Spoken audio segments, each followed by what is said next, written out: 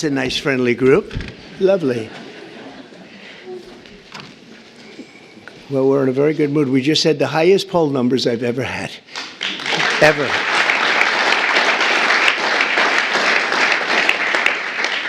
And actually a record for a Republican. Now, I don't know about have they checked the Democrats too, but we have a record so far for a Republican. Now, it's 4 weeks. We have a lot of weeks to go. We want to finish that way, right? But I just want to thank everybody because you've been really amazing. The job you've done has been incredible in terms of this 4-week period. It's been a very somewhat historic 4 weeks, and we have a couple of things in the works. We're negotiating with Russia, Ukraine, trying to get that horrible situation over with. It's terrible. It's just so terrible. I see pictures that you fortunately don't get to see. You don't want to see them. And that is a killing field. You have young soldiers being killed, thousands a week, and we got to get it over with. It's bad for Russia, and it's bad for Ukraine, and it's bad for us on a humanitarian basis. I've had very good talks with Putin, and I've had not such good talks with Ukraine. They don't have any cards, but they play it tough. But we're not going to let this continue. This war is terrible. It would have never happened if I were president, but it did happen, so I got stuck with it, and the whole world is stuck with it. And right now you have a country that has its cities, they look like demolition sites. Those beautiful towers, those 1,000-year-old golden domes that were so beautiful, the most beautiful in the world, they say, they're all in smithereens. Millions of people are killed, I think far more people than anyone understands. And we have people that better get to the table and get it ended. Should have never happened. It would have never happened. But I'm delighted to welcome America's governors to the White House. You're amazing people. Even the Democrats are amazing people, some of you. And we've worked together. Actually, we work very well together. I can't think of anybody. There's one or two, yeah, that it doesn't work out so well, but that's sort of normal. But I do want to welcome you, and I want to let you know that anything I can do, I'm here. I'm here for you. And we can do a lot. I do want to say that I left a great place, North Carolina, and we're really working hard there since I've been in. For 4 weeks, we've done more than they've did in all of the period of time. And FEMA was a disaster. FEMA wasn't there. They didn't do the job. And it was a terrible, terrible situation. I've never seen anything like it. And then they actually, when they did get there, a very small group, they chose anybody with an American flag or the name Trump on the front of the house. They would sort of skip that house very nicely. And it was just a disaster. And we've done it the other way. And we're working with a very nice person that we've had good relationships. The newly elected Democrat governor, who's here, I assume, is he? Okay, thank you very much. We're working well together, very well together. And we're not using FEMA so much, but it doesn't matter as long as we get the job done. But the people are becoming very happy. So I want to thank you very much. Great job. But we are, and I'm of the opinion, I understand FEMA very well. We had a good situation with FEMA, but it was a very expensive thing to do. And I really believe when there's a natural disaster, a hurricane, a tornado, or whatever it may be, you're very capable people. It's called you fix it. You take care of it yourselves. You don't have to call some faraway state and have people planed in from areas that they have no idea. They come in from Alaska to help you in Florida. They say, boy, this is hot here. This is, by the time they figure it out, everything would have been fixed. It's not a good situation. It's very expensive. You spend at least twice as much. They don't negotiate. They go out and hire local contractors, and they have no idea who they are. And I'd rather have my governor from South Carolina, Henry. I'd rather have Ron. I'd rather have from Florida. I'd rather have, I could name just about everybody in this room. I'd rather have you do it. You'll save a lot of money. And we'll send the bills.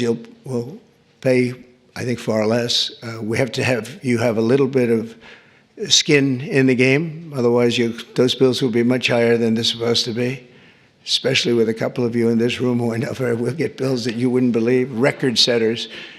But so I think 75-25 with the government, the federal government paying 75.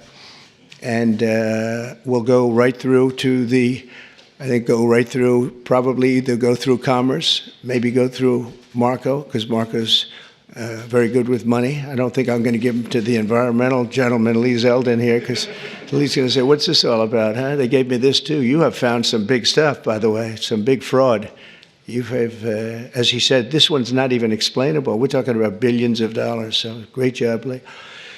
Really, it's sad, but it's a great job you've done in a very short period of time. But I think Marco or Scott or Howard, and if wherever Howard may be, we want to congratulate him. It was a great session. He got no Democrat votes. I thought he's been a Democrat all his life, and he got no Democrat votes. They all called him to apologize. And, honestly, that shouldn't be. But he got approved yesterday. But today I'm delighted to welcome America's governors to the White House, and I've known many of you for a long, long time. And this week we're forging even stronger bonds of cooperation to better serve the American people. I also want to thank the members of my cabinet who have joined us for this meeting, and they really have gone right off the bat. And I also want to thank Senator Thune, because I'm hearing we set a record on approvals. And I was screaming, I thought it was going so slowly. I think we have a record. So I apologize to anybody I screamed at. But no, it was announced this morning. I think we had a record for the number of positions, so that's great. And they're great people. So I'll begin by introducing Secretary of State Marco Rubio. He scares me because he got 99 votes. So that's either unbelievably good, because he's an incredible diplomat and therefore he's Secretary of State and you couldn't have picked it, or I'm a little nervous about you, Marco. And the only vote he didn't get was our Vice President, who couldn't vote because he had just left. So you got 100%. But it really says something. I think it says working together. It's an amazing tribute, I think. I'll let you know about it. I'll let you know about it in about 2 years, everybody. Marco's been great, and he's been in some big meetings with people at the highest level of states that we would say, states meaning other countries that we would have said wouldn't have dealt so well, but they're dealing very well. You have a great group of people with Steve Witkoff and Michael Waltz, and we're making amazing progress. I mean, we've made more progress on that situation, which is Ukraine, than they have in 3 years. Again, it's so sad that it began, but we're also working very hard in the Middle East. Another one that wouldn't have happened, we would never have had, you wouldn't have had October 7th. They had no money, Iran was broke. We had sanctions up on Iran that nobody's ever seen before. They were literally broke, and they were not giving any money to Hezbollah, to Hamas. And how about Hamas yesterday with the babies? How about that, We're going to take that. We're going to continue to take that? I don't think so. But I want to just thank you, Marco, for doing a great job. And Scott, you also. Scott went all the way to Ukraine. I said, don't do it. That's why they have telephones. But it's always better to meet in person. But I just didn't feel that it was good. And it was dangerous. You saw things on that train ride that you didn't like, I understand. It's a pretty dangerous ride. The long ride, how long was that? 10 hours. 10-hour ride? That's after you get there. And a very dangerous journey, but he wanted to do it. He's a patriot. He wanted to do it. It's better to do it than it is with a telephone. Always better. I always say it's much better to meet in person, but that was dangerous. I like him. Therefore, I didn't want him to do it. If I didn't like him, I would have suggested he do it. In fact, I'd say, go back today and let's give it another shot. But I hear that they're going to agree pretty much with what. But that's not the big thing. The big thing is getting it done. And we'll get it done. Also, somebody who's been so popular right from the beginning, very, very little opposition, but she's fantastic. She was the Attorney General of Florida for 8 years, highly respected, and just an amazing person, amazing leader and woman, Pam Bondi. Good, Pam. How's it going? Good? You got enough work? You got a lot of work over there, I'll tell you, man. She's going to be unbelievable. I don't even think about it. Interior Secretary Doug Burgum. And Doug, I don't know if Doug's here. He was last night. Oh, good. You just disappear right into the woodwork, huh? Doug is a man who made a lot of money, actually, but in technology, sold to Microsoft for a lot, and decided he wanted to do a Trump thing, and he did, and he won easily. And he became a great governor of North Dakota, and really good. And he was all of a sudden thrown into the oil business, right? And he took that to a level that nobody ever thought possible. The job you've done there has been amazing. And I watched he ran. Then I said, I like that guy. He was one of the few that didn't hit me. He was after my position, but he never said anything bad about me. I said, okay, that's one checklist that we have good. It's one of the ones. But he was an amazing governor, and he really became an expert on energy. And when I was with him, I realized I wanted him someplace. I didn't know exactly where, but I thought it would be the Department of Energy. I kept talking because the state has done so well. And I said, look, I want you to just hold it, and I want to put you there. He said, sir, I have somebody much better than me on energy. Who? Chris Wright. I said, who the hell is Chris Wright? He said, is Chris here? I don't even know. Is Chris here? Hello, Chris. Boy, am I giving him some build-ups. I did the same thing last night. But he's the top guy in the whole, they say, on the planet for energy, in all forms of energy. Even clean, beautiful coal that we're going to be using like Germany does now. They're opening up a plant a week. And they're opening up in China more than, somebody told me, 2 plants a week, but we're supposed to use the wind, which doesn't work. Doesn't work from a practical standpoint. But I just want to welcome you because you had the greatest man. When he said, you're probably the only man, because I know Doug, he's got a big ego. And you're the only man I've actually heard him say something. He said, he's so much better than me on energy. He's better than anybody. And so we made a move, and you gave up a tremendous position to do this. And we want to thank you. But we have to get going, because when we bring the energy costs down, we have more energy than anybody in the world. We just didn't use it. Can you imagine? Biden set us up in Venezuela instead of taking ours, so that we go to Venezuela where they'd have very heavy stuff. And we have the best stuff in the world. We have more liquid gold, and it's really great liquid gold, too. We have more under our feet than anybody else. But we went to Venezuela to buy oil instead of taking it from our own land and, drilling a little hole in the ground. About, how big is that hole? About a foot? About a foot, yeah. We drill a little tiny hole, and we could have taken it instead of all of the problems. And then we've made Venezuela strong again. They've given them a lot of money. They never thought they were going to have so much money, and all the people are leaving. So you're going to have one guy sitting there with a lot of oil under his feet. That's not a good situation, but we're having talks about that whole mess. What a mess. That was another one that was done. He was ready to quit. He was going to be out. Marco, you know that better than anybody. Marco's been very staunch against what took place there. And we were going to have that in any form we wanted it. But Biden made them strong. It was the worst administration in history, and I say that with a lot of Democrats, but I think you believe it too. You can't say it, but you believe it. But I just want to thank you, and if you get those prices down, that's what caused inflation, the energy. I mean, the spending, but I think even more so the energy. The energy went up. They stopped the oil leases. They stopped a lot of things that we were doing, and then they went back to what we were doing as much as they could because the prices were going through the roof. Remember that initial surge? It was brutal.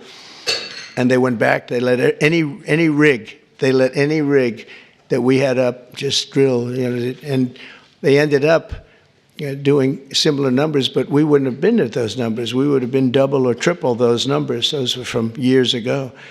But energy caused our problem. But I just want to thank you for recommending him. And what we've done is he's the head of Department of Energy. He's Department of the Interior. And it's really screwy because the Department of the Interior has all the energy other than some nuclear energy that you're in charge of. But he has all the energy, has all the land, all the great places, best. We have more than any other country in the world. And he's in charge of it. The problem is he can't drill. And he drills, but he has no land. So what do? We said, I have an idea. Let's merge them. So we merged them intellectually. I don't know if we did it legally, but we did it intellectually. So now he gives up the land and he gives up the drillers, and you're going crazy, right? You're going wild, and you'll do it beautifully, environmentally well, Lee. We'll make sure. But we have a lot of things, but we had a merge. I always wondered, why doesn't the energy department do more? And they didn't do more because they don't have any energy. It's the craziest thing I've ever seen. We'll probably have to make maybe even a change in that, somehow merge them or do something, because it's pretty tremendous what you're going to be able to do. Agricultural Secretary Brooke Rollins, who's so fantastic, and she's been at the head of so many different things and loyal from the beginning. She even opened up when we had a rather shocking defeat. She opened up we call it an institute. I've never seen anybody raise money like her. She raised hundreds of millions of dollars on this fabulous thing. But I said, look, we want to win another race because I think it's really important to win twice. And I won 3 times, if you think about it. So but it's only the Republicans smile when I say it happens to be true. But Brooke has been amazing, and it was really tough because this last election, I go to a person and say, "Sir, I just gave you $10 million. Oh, where did you give it to?" I gave it to Brooke. You gave it to Brooke. She's spending it on policy.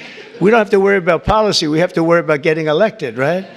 But Brooke is fantastic, and she's done such a good job, and she's make America great again, top of the line, right? And she's going to, and what I didn't know, and as soon as I found out, I said, that's that. She studied, that's what she studied, agriculture. She knows everything about it, and she's going to be a fantastic secretary, and you'll do something with the eggs, because I'm hearing so much about eggs, you'll figure it out. You got to figure something out fast. But, and we inherited all of the problems. At some point, a few months down the road, we won't be able to say it's so much us. But the big things, really, we can blame other people for, to allow criminals into our country at levels that nobody's ever seen before, to allow people from jails, to have countries from all over the world be allowed to empty jails into an open border.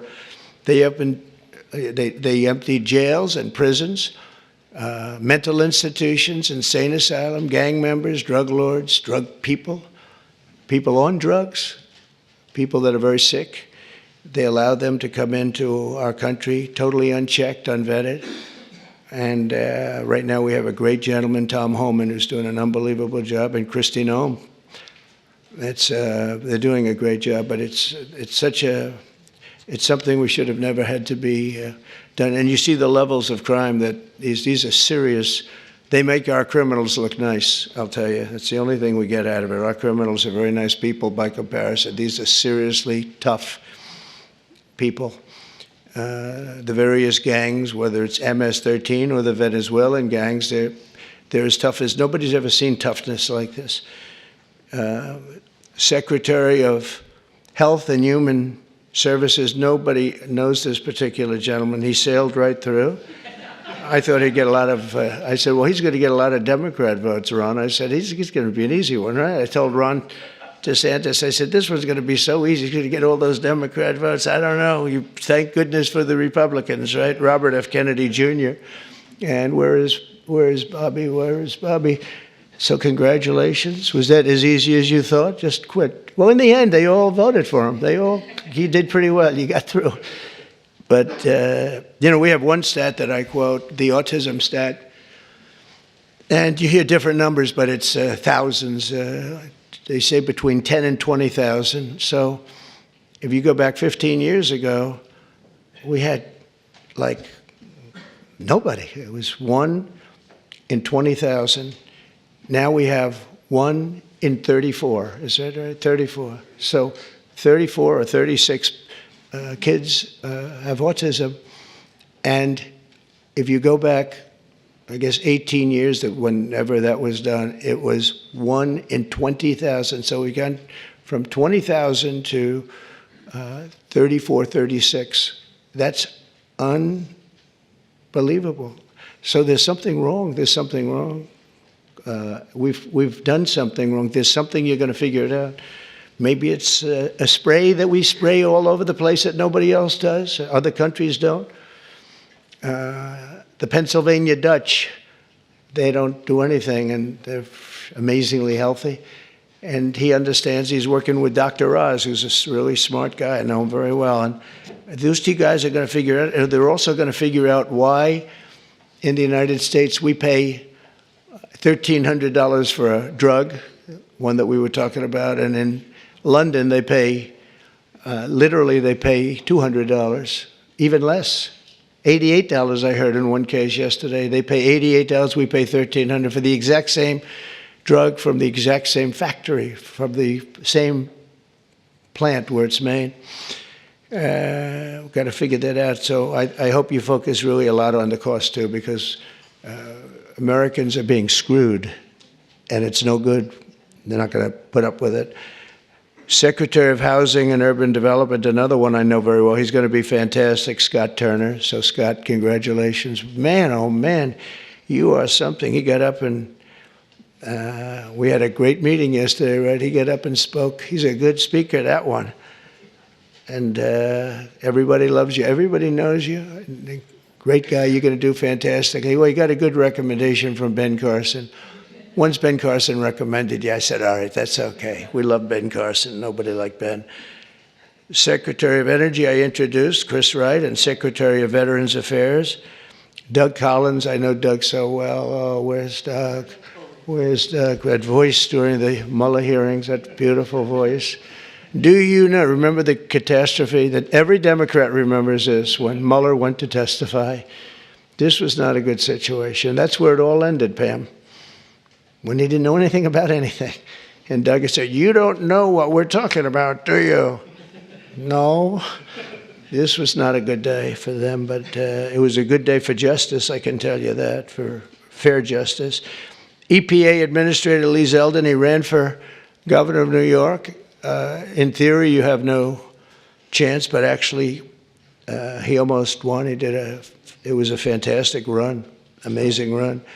And he's very smart. He was a congressman. He was fantastic on the hoax, the various hoaxes I had. I had a lot of hoaxes, so many I don't want to name them all. We don't have enough time. But he was always very strong, great lawyer, tremendous lawyer, and also a big believer in the environment and keeping it good and clean and healthy. And I just want to thank you for the job. And the only thing I ask is that you go speedily, because, you know, a lot of people use the whole process, the environmental impact process, to delay projects. We just want them to go quickly. And you can get the same answer in a matter of months as opposed to a matter of years. I feel so strongly, because people are coming in with tremendous amounts of money. I have been spoken to by yesterday I had Tim Cook in the office from Apple. He's investing hundreds of billions of dollars. I don't know. I hope he's announced it. Hope I didn't announce this, but what the hell? All I do is tell the truth. That's what he told me. Now he has to do it, right? So it's so good. But he's investing hundreds of billions of dollars, and others too. We're going to have a lot of chip makers coming in, a lot of automakers coming in. They stopped 2 plants in Mexico. They were under construction, started construction. They just stopped them. They're going to build here instead because they don't want to pay the tariffs. The tariffs are amazing. It's good. I got myself in a lot of trouble. I said it's my favorite word in the dictionary, the word tariff. It's such a beautiful word. And the fake news killed me. They said, what about love? What about God? What about family? And they said, I'm in trouble. I said, so now it's my 4th favorite word. I say, love, God, family. A couple of others I could add in there too, but it's my 4th favorite word. So, and OMB Director Russell Vogt. Thank you, Russell. You're going to be incredible. I know he took some hits, but I know how good he is, how honest he is, and he's fantastic with the numbers. And you're seeing these numbers coming out with the theft, right? And it's tremendous fraud, waste, and abuse, and all 3 of them. But I think the fraud is really the biggest. I think you're going to see it. You come out as soon as you can, I think, with your numbers, but because they're not explainable. They're not explainable. So I just, Russell, do a great job, that's all. SBA Administrator, small business. Now, small business is really big business. It's actually one of the biggest banks in the world. It sounds a little bit like, oh, small, little business. It is a massive. It is one big sucker, right? And Kelly Loeffler's here. So she's going to be incredible. And she's got an incredible husband, Jeff, who's one of the most important people in the world of finance. And he knows. He owns a thing called the New York Stock Exchange, so that's not so bad, right? And you have natural experience, but I think you're going to do great. And there's a lot of fraud in there from the past, with all the money that was handed out. It was, billions and billions of dollars. Director of National Intelligence, Tulsi Gabbard. Where's Tulsi? Is she here? Hi, Tulsi. I haven't really seen you. Good luck. Do well. Have fun. We built a building. The building cost like $12 billion. The building is loaded up with intelligence. Lots of luck figuring it out, right? Good. It was... He was treated pretty rough for a person that's an incredible patriot. We've all known that. So it's nice that you're sitting with Bobby, because you went through a lot. But you know what? You're going to be stars. And over the past month, our new administration has taken unrelenting action to fix every single disaster that we inherited, and we inherited a lot of them, the border being, I think it's the most difficult one of all. The rest we can get fixed, including foreign countries that are doing things that they shouldn't be doing. And one of the reasons that we won the election by so much, because we won it in everywhere. We won the popular vote. We won the 7 swing states, all 7 by a lot. And we won by millions of votes, the popular. It's always hard. I guess it hasn't happened in a couple of decades for a Republican to win the popular vote. I think that's changing so rapidly. But we had another thing that was pretty amazing. We had, of the 3,000 counties, we won 2,500 of them. And the Democrats won 500. It's a lot. They've never seen anything like it. You would have thought that the numbers would even be much higher. When you win 2,500 counties to 500 counties, when you look at the map, you've all seen the map, the one that got certified and came out just recently. It's like almost totally red. And it's my honor. We're going to just work it out. But we've really become the party of common sense, and I think it's important. I think it's important for the Democrats' common sense, too. We're going to deal with you, and we're going to deal on a common sense basis. And I know a lot of you agree with a lot of the things. I don't know, sometimes you're not allowed to say it, unfortunately, but I think we'll be all better off if everybody says it. That includes Republicans saying the right things. So on day one, I declared a national emergency on our southern border to stop the invasion of our country, because we were being invaded. Millions and millions of people. I figure 21 million people, and of that, 2 or 3 million were criminals. And many of them were people that countries didn't want. They would put them in these massive, large caravans. I came up with that name a long time ago. That's what it is. It's a caravan. And these are people, in many cases, they might not be criminals, but they're people that the country didn't want. They didn't work. They needed help all the time, or they needed assistance, or whatever. Our country's got a lot of people in it right now. And we're going to make sure that everybody's treated fairly, but we got to change it. It's the most difficult problem, I think. Additionally, the heroes of ICE have been really hunting down the really bad ones, and we are going. They're incredible people. ICE. They were being shunned by Biden. They were being mocked. And let me tell you, these are tough men and women. But they're tough. They'll see like a MS-13 band of thugs out on Long Island, and they'll bring up the paddy wagons. They get in, and they'll say, no, two of them killed 2 young girls in Long Island.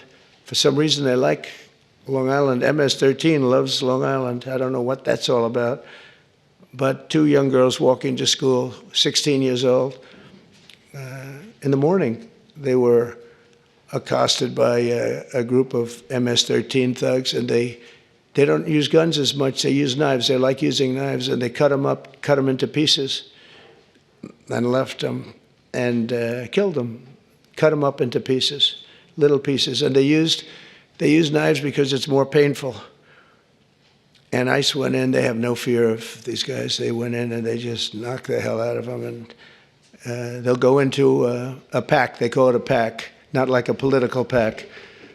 Political packs are slightly nicer.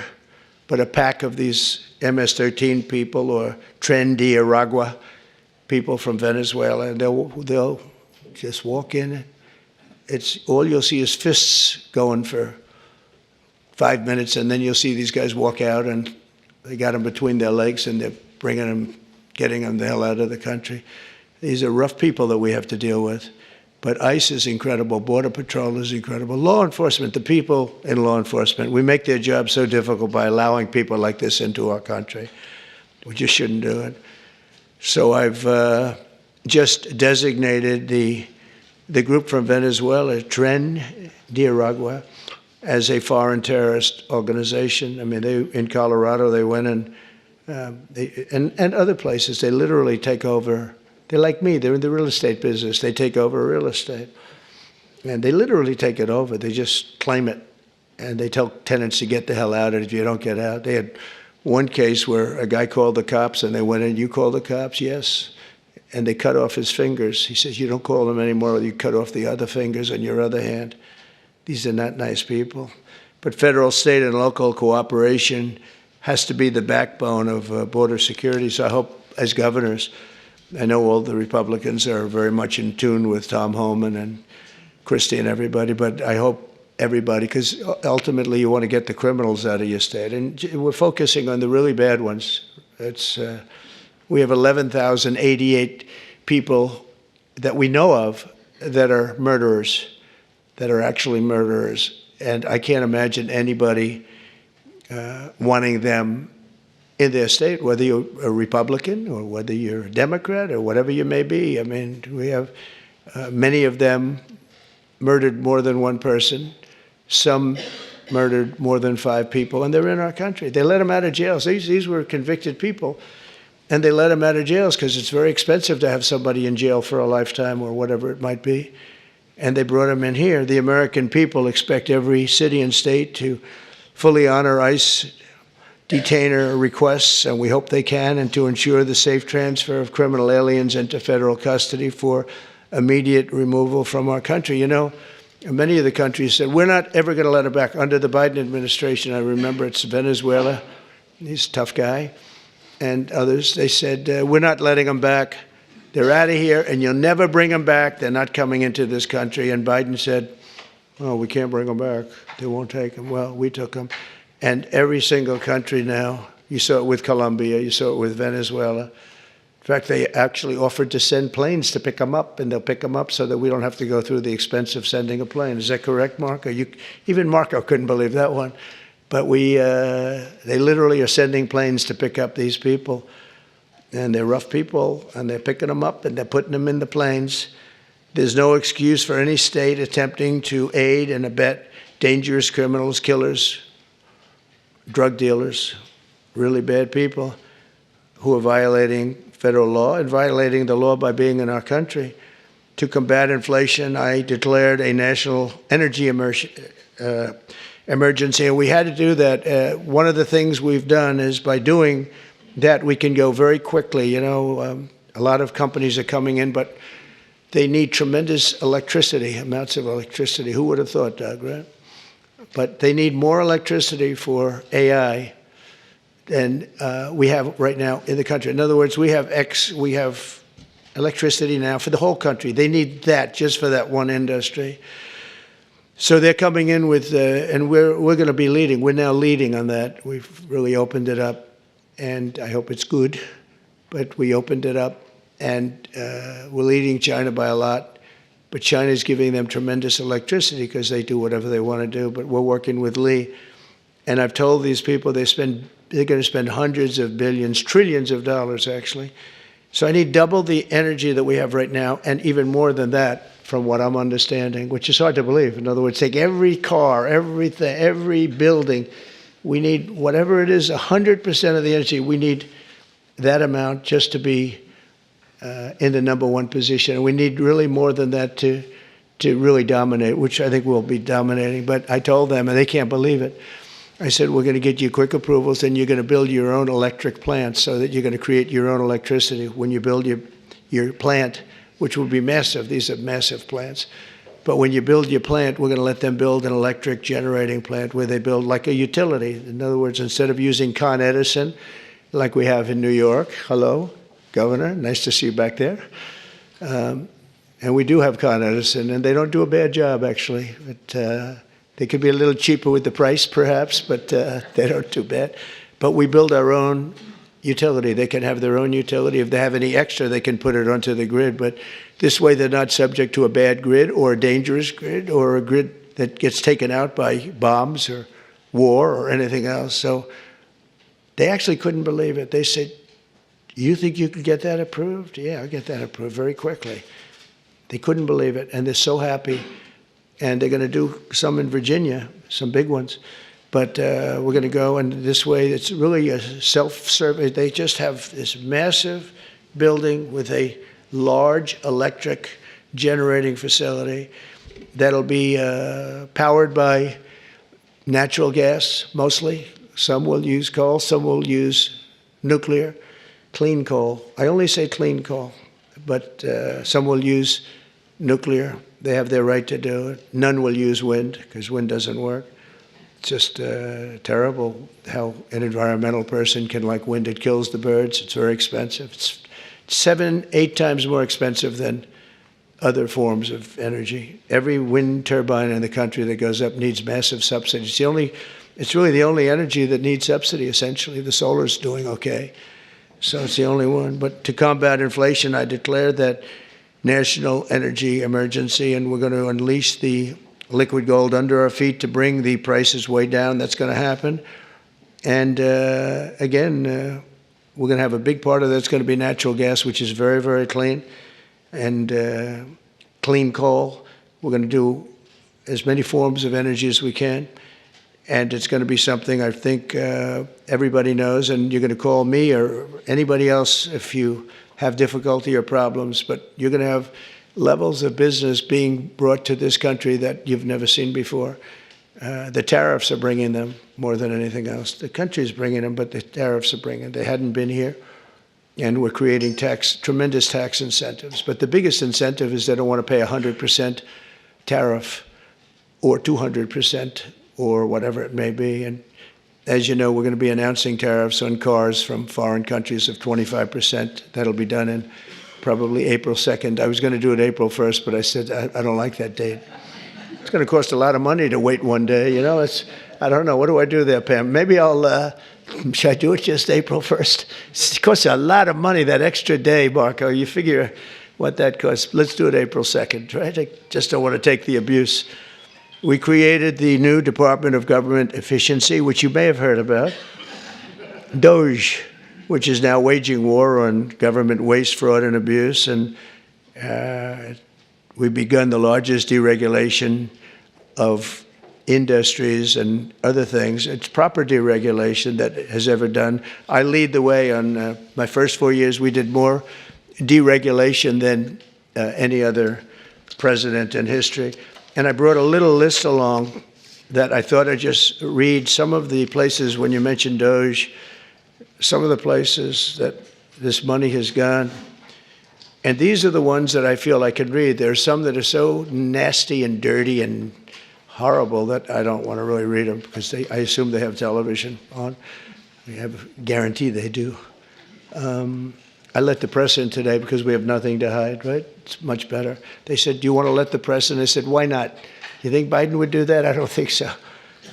$520 million was given for a consultant to do ESG, that's environmental, social, and governance investments in Africa. $520 million, $25 million to promote biodiversity, conservation, and social responsibility behavior in the country of Colombia. $25 million, $40 million to improve the social and economic inclusion of sedentary migrants. They have no place in particular they were thinking of. There is no location. The money was sent out, but they have no idea where it's going. $42 million for social and behavior changes in Uganda, and $10 million for Mozambique medical male circumcision. People that want to be or have to be circumcised in Mozambique. $14 million for improving public procurement in Serbia. $486 million to a consortium for elections and political process strengthening, which $22 million was for inclusive participatory political process in Moldova, and $21 million going to my friend, Prime Minister Modi in India, for voter turnout. We're giving $21 million for voter turnout in India. What about us? I want voter turnout too, Governor. $29 million to strengthen the political landscape in Bangladesh. Went to a firm that nobody ever heard of. Got $29 million.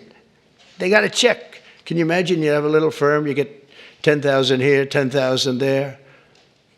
And then we get $29 million from the United States government. There are 2 people working in that firm. 2 people. I think they're very happy.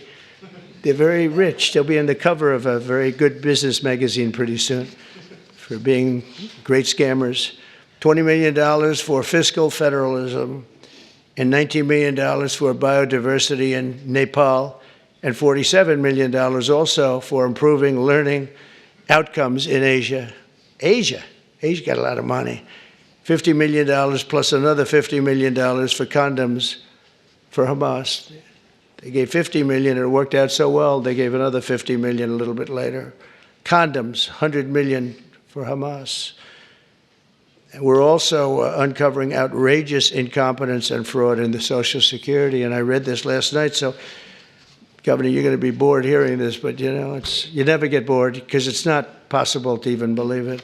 So if you live 100 years, it's a long time, but let's assume that they had millions and millions of people living, because they have like 10 million people in the Social Security living. But let's go over 100. So now you're more than 100 years old. We have 4.7 million Social Security numbers, people from the age of 100 to 109. So if you're 100 to 109, we have 4.7 million people on our Social Security rolls, right? That's a lot of people. I knew one guy was 100. The great Lenny Litwin, he was a builder in Manhattan. He lived to 103. You knew him. He was one of the greatest builders. He was so happy. The reason he lived, he loved building. He'd build a building a year, right? Never had a problem. You knew Lenny Litwin, I would think, Governor, right? He was a great guy and got along with everybody. He got along with Democrats, Republicans. Everybody loved Lenny. When he died, it was a bad day for New York, I'll tell you. He was a great guy. But he lived to 103, 104 because he just loved his business. He was designing a new building at 103, and that was the end of it. He didn't quite get the design finished. But you had 3.6 million people aged 110, substantially older than good old Lenny. From 110 to 119, you have 3.6. These are the people on the rolls. Now we're looking to see whether or not they've been paid, because if they've been paid, then you're just using those numbers to take out the money, all the money that's paid to those people. 3.47 million people from the age of 120 to 129. 3.9 million people aged 130 to 139. 3.5 million people aged 140 years old to 149 years old. I think this is the case for Pam. I think I might give you this, Pam, just you can have it. In fact, I will. 1.3 million from age 150. There's 1.3 million people, they're saying, are alive and receiving Social Security. Now, that's the only thing we're checking. Are they receiving it? Because if they're receiving it, that makes it much worse. If they're not receiving it, that just makes it incompetent. They shouldn't be on the rolls. And the only thing good about this is that when we take all these people off the rolls, and we have tremendous fraud underneath with people that are 80 and 60 and 50 and everything else, but this is really incredible. 1.3 million from 150 to 159, and over 130,000 people are on the rolls of Social Security over the age of 160 years old, including 1,039 people between the ages of 220 and 229. So we have, think of that, we have 1,039 people who are 220 years old to 229. We have one person at 240 years old, and here's the beauty of them all. We have one person at 360, which is strange because the country is 250. So it's been there 110 years older than the country. Here, Pam, you better take a look at this. That's much better for you than for me. Now the question is, are they getting paid? Because somebody maybe is getting paid. Yeah, I have a feeling you were. I said, what a convenient thing. This is so nice. We created this department, Doge, and the kind of numbers are incredible. It could be $500 billion, but it could be $1 trillion. It could be even $1.5 trillion. We're going to find out. I mean, I'm actually going with Elon, and Elon is doing a really good job. And I said, who are these people that travel? We call them the Dogers. And I said, what are they? He said, they're generally young people with extremely high IQs who are very good with computers, because you have to be good with computers. So when one of these scammers talks and tries to tell them why it's perfect, they said, no, it doesn't work that way. You know, it's very hard to talk them out of something when they have you. But we're actually going to Fort Knox because I want to see, do we have the gold? Do we still have whatever it is, tons of gold? I hope we do. Wouldn't that be disappointing? Fort Knox, you grow up hearing about Fort Knox, you can't get in, you can't even see it, nobody sees it. You go there and the place is dry. Would that be terrible? There's another one. Maybe you should go with us to that one. But we're going to go in there pretty soon. They're going to open the doors to Fort Knox. If any governor would like to go with us, well, good. Do you want to go with us on that one, Ron? That could be good. Could be interesting. Can you imagine if we open it up and there's no gold? Well, I think there will be. For one reason, it's really heavy. You know, you steal or borrow gold, you got to be strong. So it's not like other things. But we're looking at everything. We have the largest deregulation campaign in history, and we are, again, I did more than anybody, but this blows it away. And for one, every time we put in a new regulation, we're not allowed to put it in unless we terminate 10 old regulations. So it's 1 in 10. We did 1 in 7 in my last administration, and the problem is some of them were put back, foolishly put back. There was no reason for them. So if you truly want a turbocharged economy, you have to do that, and you have to get rid of the regulations. I think one of the reasons before COVID, and we did a great job with COVID and it was a hell of a thing for all of us, everybody here. But some countries will actually never recover for what they went through. But we ended up giving back. When we turned over the reins, the stock market was higher than just previous to COVID coming in, which was an amazing achievement. But we were, just prior to that, I would never forget, I was sitting down with 2 consultants, the 2 great pollsters. They said, sir, this economy is so good. We're the greatest economy in the history of the world. We were doubling up China. I was also charging China hundreds of billions of dollars in tariffs, which no president charged them anything, but they were killing us. But we were beating everybody. Everybody said that in 2018, China was going to overtake us as the biggest economy in the world. And by the time I got finished, we were so much bigger than China, and we still are now. But another 4 years like we had just passed, you will have China being much bigger than you. There's no reason. If we have a smart president, there's no way that they should ever be able to catch us. But this pollster said to me, sir, if Abraham Lincoln and George Washington came back from the dead and they ran as president and vice president, they'd never be able to beat you. I said, thank you very much. The next day I go into my office and a group of scientists are sitting there. Sir, would like to tell you there's something very bad happening in China. There's dead bodies all over the place. And that's the first time I heard the word pandemic in a long time.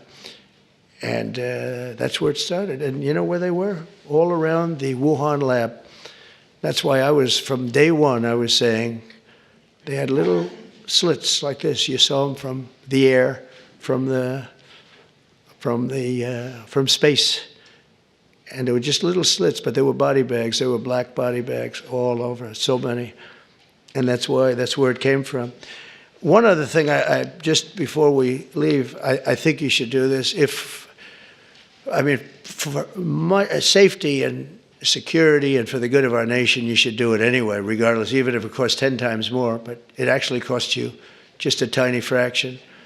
If you went to paper ballots and you're voting, and I would hope that every Republican would, so it costs exactly 8% of what the machines cost. These machines, they got something going. They got They get business. It's amazing. So paper ballots, and paper is very sophisticated today. Paper, it's called watermark. It's impossible to copy, impossible to cheat. It's actually hard to believe that a piece of paper is highly sophisticated, but it's watermark, and it's it's amazing actually when you see it. You can't cheat. But if you went to paper ballots and same-day voting, and if you went to voter ID, and also one other thing, you want a proof of citizenship, those four things: proof of citizenship, voter ID, paper ballots, one-day voting. And if you went to two-day voting or three-day voting, but some of these states, you had 64 days. You know, California just finished up just a short while ago. They were voting a week and a half ago. They're trying to finish them up.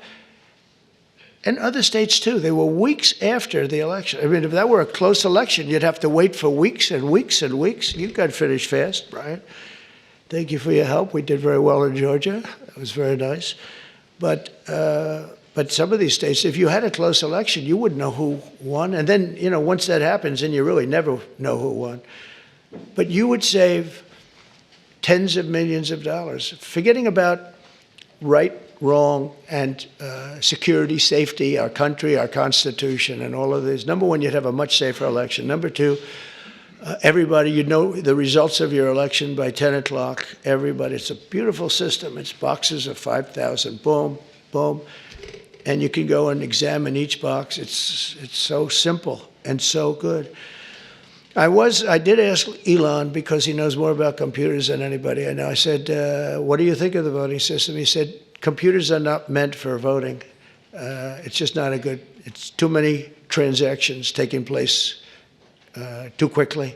It's just not, he said, honestly, and I've gone to the best people, the smartest computer minds from MIT, from others. My uncle was a professor for 41 years at MIT, and a brilliant guy, and I got to know a lot of the people up there. And they will tell you that the most secure way that you can secure the election, and probably the fastest way, because there can be very little hanky-panky, is paper ballots. Can you believe it? So I hope, Sarah, that certainly the Republican governors, but if you want to save a lot of money, you go to paper ballots. It'll cost you 8% of what the costs are now. And that's based on a good deal for machines.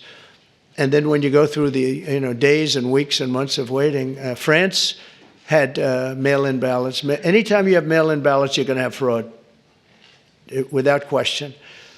And France had it, and they went back to paper ballots. And I saw their election, and their election was over at 9 o'clock, and their numbers came in at 10:05. And there were no complaints. They had a winner, they had a loser, 39 million votes, and it was done. We're one of the only people that has now mail-in voting, one of the only countries that has mail-in voting. Remember Jimmy Carter when he did a commission, and I think they had Scoop Jackson, they had some, at the time, big senators, and their conclusion was, if you have mail-in voting, you're going to have massive fraud.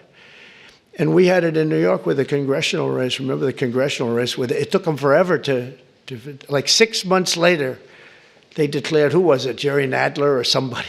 They declared him the winner, 6 months later. But it was somebody. Oh, no, it was the woman, the congressman. I won't mention her name. But she won. But she didn't win, and it was really very sad to see that whole thing. Democrat, that was a Democrat and a Democrat. That was a primary, but they had the mail-in voting. It's just a disaster. So it's very, very expensive. If you want to save money, if you really believe that the computers work, which they don't, but if you want to save a lot of money, all you have to do is go to paper ballots, and you'll be cutting it down by millions and millions of dollars. So America will take off like a rocket ship. You're going to see things. It's so great for the governors. And Democrat governors are going to have, you're going to get the benefit of this. You're going to be opening up plants, and you're going to be, I hope we have enough people. We're going to and we want people to come into our country, by the way, I do, but they have to come in legally. So we need people in the country, but they have to come in legally. 2 weeks ago, I signed an executive order banning men from playing in women's sports. Many Democrats are fighting me on that. I hope you continue, because you'll never win another race. And it's just crazy. If you look at what happened with the boxing, if you look at what happened with the weightlifting numbers, where a record that hadn't been broken for 19 years got shattered. But, they put up an eighth of an ounce here, an eighth of an ounce there, and it's 218 pounds or whatever, a lot. And hadn't been broken in 19 years. And then guy walks up who transitioned. He transitioned. And he knocked out that record by about 100 pounds. That will be a record not going to be broken again in a long. So we put a ban on it, and to protect women. I mean, the women, if you watch the Olympics, you had two transitioned people that were fighting in the women's boxing. They have women's boxing category. And if you saw that, it was brutal. What happened to the Italian woman was a really good boxer. After one punch, she said, no more. I've never been hit. It was a left. It was not even it was just a left jab. She got hit so hard, she said, I can't do it. They forced her to go out. No, go out again. You'll do it. Goes out again, gets hit again. No, that's it. She didn't want to die. And it's crazy, but the NCAA has complied immediately, by the way. That's good. But I understand Maine. Is Maine here, the governor of Maine? Well, are you not going to comply with it? I'm complying with state and federal laws. We are the federal law. Well, you better do it. You better do it, because you're not going to get any federal funding at all if you don't. And by the way, your population, even though it's somewhat liberal, although I did very well there, your population doesn't want men playing in women's sports. So you better comply, because otherwise you're not getting any federal funding. Every state, good, I'll see you in court. I look forward to that. That should be a real easy one. And enjoy your life after governor, because I don't think you'll be in elected politics. Every state has a responsibility to comply with Title IX. They have an obligation, a legal obligation, and we'll be enforcing aggressively, and we're going to be protecting our citizens. We're going to protect. So just to end, this administration has been fighting for parents' rights and universal school choice. We want to do something that I think many people in this room want, and even if you don't, I think you do want it, but you might not be able to say it. We want to move the schools back to the states, so that Iowa and South Carolina and Georgia and all these states can run your own school system. And you'll do a fantastic job, Kim. You're going to do great. I mean, I use your example because you're so much into the education, done a great job with school choice, and you'll do your school choice. That'll be the easy thing.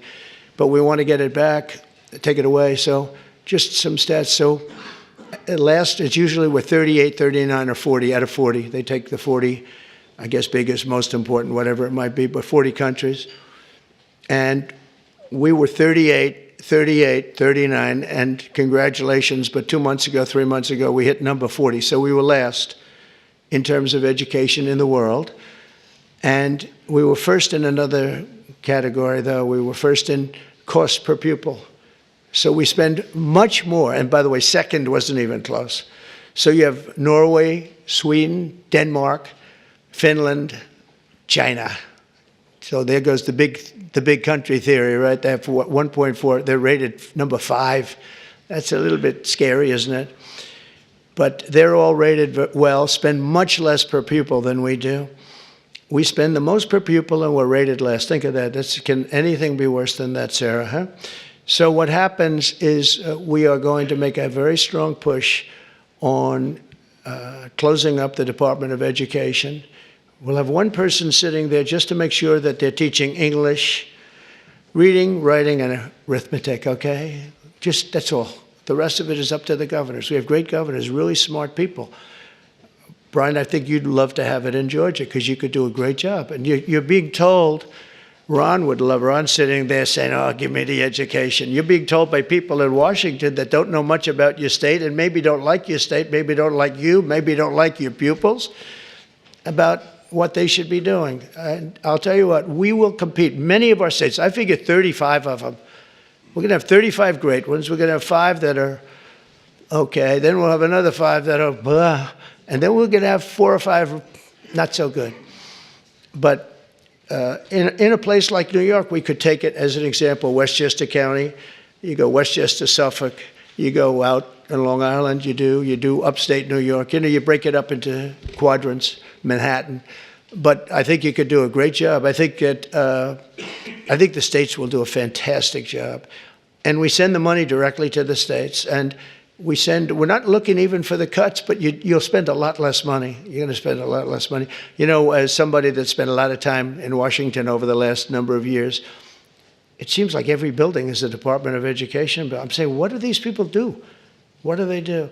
But if we could send education back, and Linda, as you know, is going through the process right now, and I think she's doing really well. She's great, Linda McMahon. And I said, Linda, you're trying. I really want you to do a great job, but you're really only doing a great job if you have no job by the time we finish. You have to create no job for yourself because we want this to go back to the states, and she agrees. And if we can do that, I think it's going to be one of the most important things we can do. So the governors, the people in this room, Democrat, Republican, will run their own school system, and we'll back them 100%, and we'll pay like we do now. But I think we'll end up having to pay probably half. But that's not the reason I'm doing it. I'm doing it because we give really bad education. And as far as the teachers union, I love teachers. And I imagine unions might form in some of these places, and if they do, that's fine, you'll deal with it. So this isn't against unions, it's because I won unions. I won the Teamsters. When you win the Teamsters, that's serious. But I put in a person as Secretary of Labor who I really did it because the unions treated me so well. The auto workers, so many of the unions, the firefighters, the police unions, I got like 98% of the vote. We're looking for the other 2%. Nobody can find them. So, I grew up in New York, which was union territory. But we want to be able to have great education. If we don't have education in this country is going to go down. When you hear China is rated number 4 and 5 every year, and they're a serious competitor. So I want to thank you all, and I do want to say again, call me at any time. I will take your call. If you're a Democrat, I will put you ahead of the Republican. If I have a Democrat or Republican call, Simon, I will put the Democrat first. Okay, I promise. And probably, sort of promise, right? No, I will. We'll take good care of the people in this room. And it's an honor to be with you. You're very, very smart people. To do what you do, to get elected, it's a tough business. But if you could take back education, and if we could do some of the things that we just laid out very easily in this plan, and you have a federal government that's behind you all the way. We'll be sending help. As an example, if we do get rid of FEMA, which we should, it's very expensive, doesn't work. But we'll be sending federal help in if you have a big hurricane or a tornado or all of the things that I've been watching. And you'll be taken care of much, much better than you're taken care of now. You have to wait around for these people to come, and they come so late. But the worst example was what you had to go through in North Carolina. What happened there was a terrible thing. So congratulations on your victories, and you're going to have many more victories. And I'm here for you. If you want to ask a couple of questions, you could, if you'd like to. Yes, please. Thank you, Mr. President. So I think we share excitement about disaster response and how we can make it better. We've all had disasters. We usually love to see the president after disaster. That's never fun. Right. We have fires, other people have floods, hurricanes. We want to be a part of helping to make a federal emergency response work, Good. Changing FEMA so they're not putting square pegs in round holes. So involve our group because we're the ones on the other end of it saying, oh my God, why are they coming with this when we need that? Right. So we're ready to help. Good. Thank you very much. It's very nice. I agree. Yes, please. President, thank you for welcoming us. As we go through the process of putting in your priorities as president, would you give us an opportunity to speak with you about, say, return on investment? Sure. Before we go, for example, into, we've heard and we'll wait the decisions you make and the Secretary will make, but for instance on Medicaid or Medicare, Sure. if cuts are proposed, perhaps give us an opportunity as governors to prove to you that we can make these programs worthwhile. That might help us on our I budgets. love that. I think it's great, Bobby. I think it's great. One of the things we're really focused on is bringing down the costs. And we haven't been treated very fairly, especially over the last 4 years. And as you know, we had transparency, which is one of the biggest things that could have happened. And Biden, for whatever reason, terminated that. That would have brought down the cost tremendously. But we'd love to have your ideas on any of them, Medicare, Medicaid, any of it. And we will, if those ideas are good. You probably have better ideas than anybody as governor. So we would love that. Thank you. On that issue of healthcare, we've talked about it before. If we reform the healthcare industry, and you tried to do that in the first administration, and they tried to fight it back every step of the way. We all deal with high healthcare costs in government and the private sector. And if we reduce that from 20% of our GDP down to 10 to 12, you can pay for a lot of things in government that we can't currently do it. We need to get the industry in line helping us do it as well. Well, you're a good example of it, and in your state, they've done a good job, but you're going to get those numbers down even lower. I know that it's something very strong for you. And as you have ideas, I'd love you to pass them along to the other governors here. But there are some states that have done a really, really good job with that, and we are totally open to suggestions, right? Thank you. Yes, Henry? Mr. President, thank you for having us here. It's the de minimis rule in tariffs. We've got the amount that is self-declared now is $800. If you say your package coming from wherever is under $800, it's not inspected, there's no tariff on it.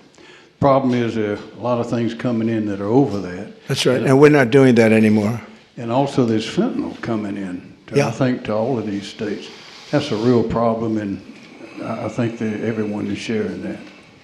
Thank you, Henry. So I had a deal with President Xi just prior to leaving office, but before the election, that President Xi was going to give the maximum penalty to anybody sending fentanyl into the United States. His maximum penalty is death. If you notice that every country that has the death penalty has no drug problem. They execute drug dealers. And when you think about it, it's very humane because every drug dealer, on average, they say, kills at least 500 people, not to mention the damage they do to so many others. But they kill large numbers of people. China, Singapore, actually there are quite a few, many in Asia, where they have the death penalty. There's no drug problem whatsoever. They come to our country because we have a much softer policy. We give them a slap on the wrist and say, kill a lot of people. So we're going to, I don't know if our country is ready for it. I am ready for it, the death penalty if you deal drugs. You have to set out guidelines like fairly large numbers, et cetera. But you'll have it go down very greatly. One of the things we're going to do is we're going to do an advertising campaign. They're working on it right now, and that's saying how bad drugs are for you. I was speaking actually to the president of Mexico saying, you can't send the people through your country. And I said, you're not a big drug-taking nation. You send us plenty of drugs, but the people aren't drug-taking. And she said, yes, we're not a consumer nation. That was a very interesting term. And I said, so why aren't you? What are the reasons? Why is it? It's true, Mexico, they don't have a lot of drug problems in terms of taking the drug. He said, well, two things, and a lot of you could do with the second thing. He said, we have very strong family values. I said, but so do we. I see people, they die of a drug overdose. The daughter, the son, the mother and father will never be the same, never be the same. Their life is ruined. Their life is over. I've seen it so much. So we have strong family values, also family members and relationships, just as strong as Mexico. What's the other? Well, we spend a lot of money on advertising saying how bad drugs are for you. And I said, I never learned anything on phone calls. This time I learned something. I said, I never thought of that. Because we set up like committees, and you can't have the death penalty, I guess, but I don't know, someday somebody's going to get sick of it and do it, and you won't have any drug problem in this country. But, and you can do it on an individual state basis for the governors in the room that want to do it, but you will not have a drug problem in your state if you did it. But I will say this, we have a situation where we have now hired a couple of the best agencies And we're going to spend about 100 million, maybe 200 million on advertising, saying that when you take certain drugs, the drug fentanyl, et cetera, it destroys your skin, it destroys your teeth, it destroys your brain, it destroys everything. And really horrible commercials. I mean, I've seen the first of them, and they are brutal. They are brutal. And when some young kid is sitting down watching this commercial a couple of times, I really don't think they're going to be taking drugs. So I think that this is, I mean, this is a big statement, but I think we can drop it 50%, 50, by doing this. And I give her credit. She was talking to me about it, told me about it. But I knew immediately as soon as she said it, it was not, she didn't have to say anymore. She went on to tell me different things, but it was just the concept of it. And I think states can do that too. If you do commercials talking about how horrible it is, drugs. I mean, what it does, I mean, you look at their skin, it gets eroded, their teeth are, you can tell. I mean, you can see a person that takes a lot of drugs, especially fentanyl and some of the others, the bad ones, the real bad ones, some of them, the heroin. It's unbelievable what it does to people. And we're going to put a very, very strong ads. And now that I'm thinking about it, I think you should put on strong ads too. Really strong ads. I think it's an unbelievable thing. We'll all do it. We're going to do it on a national basis, but you can do it individually on an individual basis. And you can also look, I think, you'll have to get rulings in this, but your states have the right to go death penalty also for drug dealers. And but only do that if you want to get rid of drugs, because if you don't do that, it's a little tough. But I think the advertising will have a huge, I think we can get it down by 50%. We did great. We got it down 18%. I said, that's not a lot though. Everybody was giving us credit. Oh, 18. And 18% to me, we set up committees with the First Lady of the United States on a blue ribbon committee. But they didn't know too much about El Chapo and the various people that we're talking about. It's a smart group of people. But I'll tell you what, the advertising could be unbelievable. And I hope the states do it. You're not talking about a lot of money. You're talking about peanuts, actually. I mean, with $50 million, you could just cover the state. And if you did that, and I'm going to do it, I think we can get drugs way down. I think we can get it down by 50% when you see it. I've seen some of the ads. It's, man, if a person looks at the ads that I saw, they're not going to be taking drugs. So good question. Thank you, Henry, very much. How about we'll do one more? Yes, please. Thank you so much for having us here. Thank you. As we've talked as governors, we implement a lot of the social welfare programs, whether it's Medicaid or job training or rental assistance. Each one has different requirements that create cliffs and benefits that make it hard for people to recover. Things as simple as work requirements for able-bodied adults. If we could synchronize across TANF, Medicaid, I think it's work great. programs. Let's make it a Volume. trampoline to get people back on their feet instead of a hammock they climb on. I think it's great. I think if you could get together and work together, you'd bring down costs just on that basis. I think it would be really great. Did you want? Go ahead, please. Mr. President, I want to just say thank you. Two words, a lot of times we don't say thank you for your extraordinary leadership, your courage, all that you do. And just so you know, even in the state of Nebraska, you're inspiring Nebraskans to get comfortable being uncomfortable, to stand up for what we believe in: faith, family, hard work, the American dream. Stand up and talk about common sense. So we're incredibly grateful. Thank you, Governor. Thank you very much. I appreciate it. Thank you. Thank you very much, everyone.